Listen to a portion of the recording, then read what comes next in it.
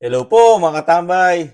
Kamusta po kayong lahat? Nagbabalik po muli. Ito po si Kamano, ang inyong lingkod sa Tambayang Makabayan. Komentuhan po natin. Ito po mga katambay, putok na putok po ito sa balita. Ito pong pahayag ng ating Pangulo na si PBBM. Sa unang pagkakataon po ay sumagot po siya sa issue na talagang binabato o paratang po sa kanya about po sa nadadawit po siya sa PIDEA leak, di po ba? Ang tinatawag na droga o sinasabing gumagamit ng pinagbabawal na gamot ang ating Pangulo. Ito po, napakatindi po ng sagot niya mga tama. Ito po ang sagot. Pakinggan po natin at komentuhan po natin mga katambay. Hindi na pinatulan pa ni Pangulong Ferdinand Marcos Jr. ang aligasyon ni dating Philippine Drug Enforcement Agency o PIDEA agent Jonathan Morales na sangkot umano siya at ang aktres na si Maricel Soriano sa iligal na droga. Ayon sa Pangulo, hindi niya bibigyan ng importansya ang taong walang kredibilidad. Kinwestiyon rin ni PBBM ang record ng dating PIDEA agent. Mahirap naman bigyan ng importansya yan. You know, this fellow is a professional liar. At parang jukebox yan eh. Kung ano yung hulog mo na, basta maghulog ka ng pera, kahit anong kantang gusto mo, kakantahin niya. Oo, kaya hindi ko walang saysay. Tignan mo na lang ang kanyang record. Yan po mga tambay, tingnan daw po ang record at talagang pinamukha po dito kuya dating agent po ng PIDEA, si Jonathan Morales, mga katambay, na siya ay doon po ang tumbok noon. Pera po, nababayaran. Kasi yung meaning na binigay po ng presidente, ginamit niya pa po yung jukebox. Kung naabutan pa po ba ng mga kabataan yun, mga katambay, jukebox. Hinuhulugan po ng pera yung mga katambay at kahit anong kanta, pwede pong kantahin para sa'yo kung may pera ka. Yun po ang sinasabi po ng Pangulo na hinalimbawa po, hinahintulad. Kakabulol-bulol na si Kamano, mga tambay. Ipinaris pa sa jukebox na mukhang pera o talagang pera po ang nagpapatakbo po dito po kay dating chief agent Jonathan Morales, mga tambay. Wala daw pong kredibilidad. At tingnan daw po ang record, mga tambay. Nakita naman po natin doon sa pag-iimbestiga po sa pangunguna po ni Senador Bato de la Rosa. Napatunayan po at talagang yung mga binibintang po sa kanya una, hindi po tumutugma doon sa paratang sa kanya. Katulad po nung sinasabi siya raw po natanggal sa serbisyo. Ang pagkakatanggal daw po sa kanya di umano, yung kanyang pagkakasakit na hindi daw po niya nagampanan yung kanyang serbisyo ng napakatagal ng panahon. Kaya po siya ay na-leave po siya, hindi po siya na-awol, mga tambay. Yun po ayon po sa investigasyon at paliwanag po ni Jonathan Morales, mga tambay. At isa pa, wala po siyang convicted case. Hindi po siya nakulong.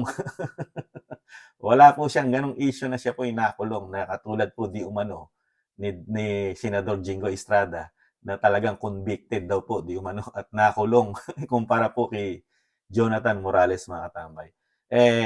Sa tagal po na pag-iintay po ng taong bayan na sagutin po ang issue about po sa personal po ng pagkakasangkot po di umano ng ating Pangulo, lalo po rito sa PIDEA leak na meron po mga ebidensya na sa susunod, di umano, mga darating na panahon, baka po ilabas na po yan, yung sinasabing ebidensya ng mga litrato at meron pa pong video, mga katambay. Pero sa Pangulo po, hindi niya raw po papatulan yan, mga katambay. At yung kredibilidad daw po ng Jonathan Morales ay tingnan daw po natin, mga katambay.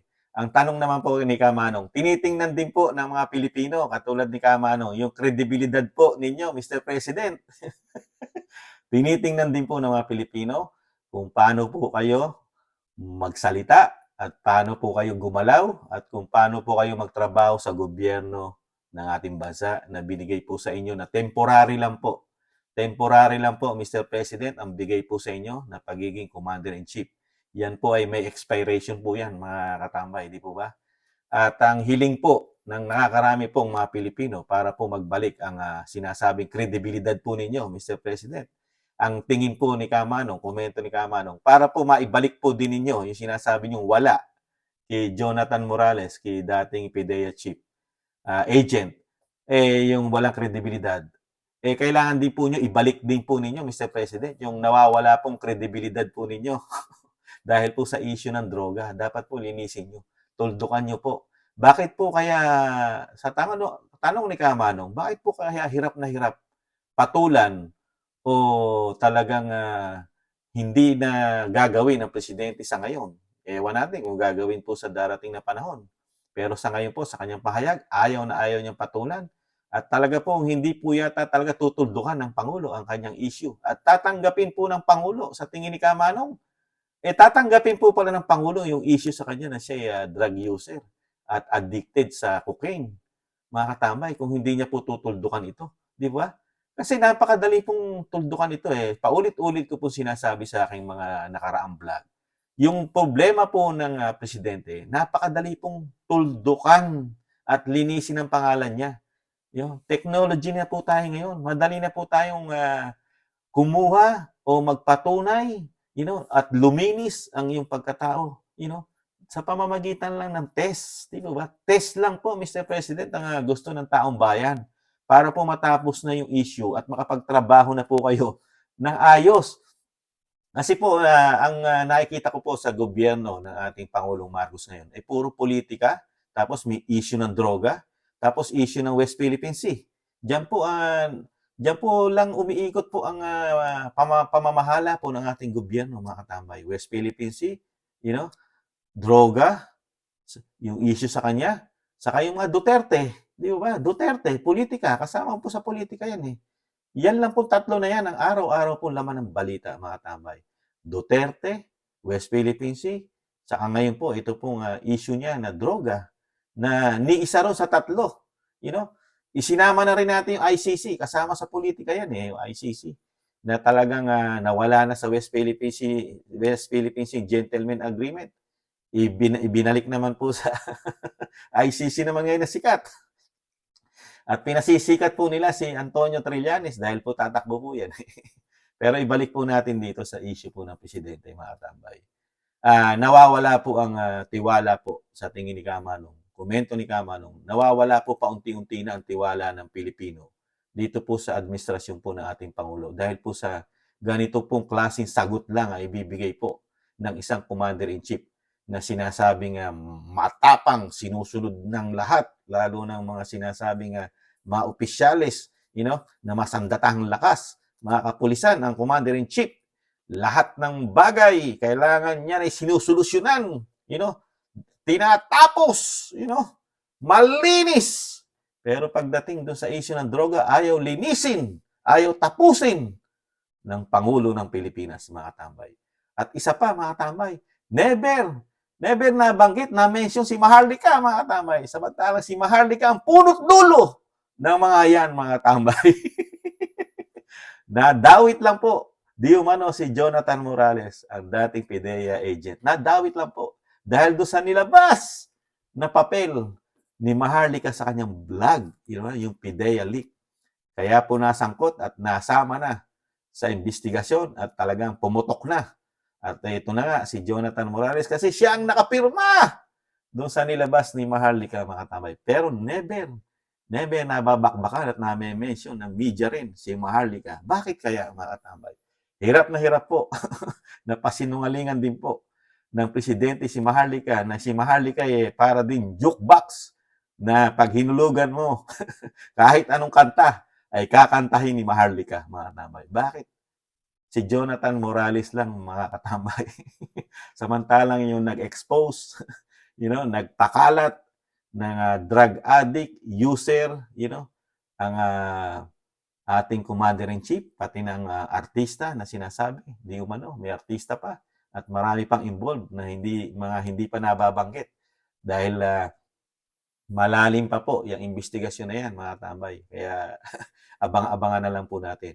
Kayo po, mga tambay, ano po sa tingin nyo ang naging sagot po ng isang commander-in-chief, presidente ng Pilipinas, na siya na mismo ang inaakasuhan po ng isang Maharlika at isang Jonathan Morales, na talaga yung akusasyon sa kanya pagiging drug user, drug addict, cocaine.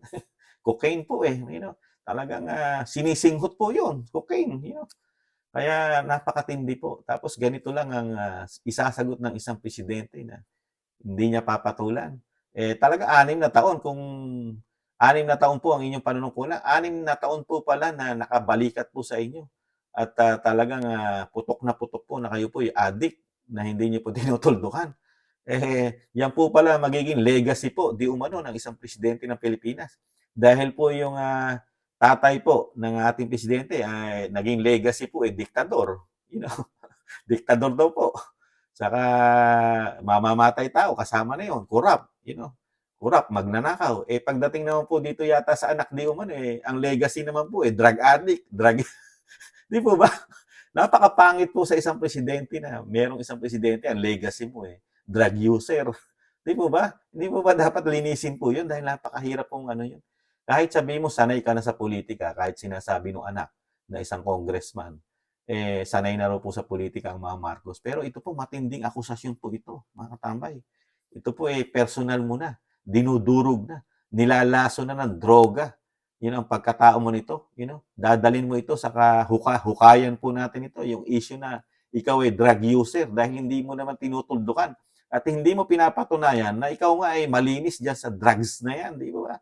Dadalin mo po yan habang buhay, yung nakakabit sa'yo na ikaw addict at drug user, di ba mga katambay? Nakakaano lang po, presidente ka ng Pilipinas, tapos napakaliit na paratang lang sa'yo yan na po pwede mong solusyonan, dugo lang o sa buhok. Wag lang po sa ihi kasi nagkaroon na po ng problema ang Pangulo sa ihi dahil issue rin po ni Maharlika yan saka ni Jonathan Morales na within 2 minutes lang mahigit lumabas na ang result ng test ng drug test sa ihi. Samantalang yung si Vice President saka si Antonio Trillanes kulang-kulang 5 oras bago lumabas ang result. Kaya po hindi papayag si Maharlika noon saka si Jonathan Morales saka si dating Pangulong Duterte pagka nagpa-drug test po kayo ulit sa ihi, Mr. President, hindi po katanggap-tanggap na yon sa mga Pilipino dahil nagkaroon na po ng leak, anomalya po yon, di umano, na gusto pa rin po paimbestigahan po yon ni dating agent Morales po ng PDEA, yung 2 minutes, pero malalim pa po yun. Hindi pa natin hawak ang investigasyon kasi ang mag-iimbestiga po nun Commander-in-Chief din po ang namumuno ng PDEA, mga tambay. Kaya sa nakikita ni Kamanong, hindi po nasolusyonan ng ating Pangulo ang kanyang issue sa droga. Hindi po niya nasolusyonan. At ang taong bayan po, katulad ni Kamanong, ay lagi pong magtatanong. At lagi magtatanong na malinis pa, malinis kaya, at hindi kaya gumagamit talaga ng droga o cocaine ang Pangulo ng Pilipinas? Yan po ang magiging tanong po, katulad po ni Kamanong, ng buong Pilipinas, buong Pilipino. Kasi hindi sinasagot Di ba mga katambay? Kayo po, ano po ang komento nyo dito po sa pagsagot at issue na nakakabit sa presidente na ang tanging sinagot sa atin ay jukebox na hinuhulugan lang ng pera, mga katambay. Muli po, si Katambay Manong po. Nagpapasalamat po mga katambay sa gusto po ng ating napakaliit na channel, napakaliit, ang Tambayang Makabayan sa YouTube at TikTok. Muli po mga katambay, maraming salamat po at ingatan nawa po tayo at taste lang makakabangong pang muli ang ating bansa. Paalam! Bye-bye!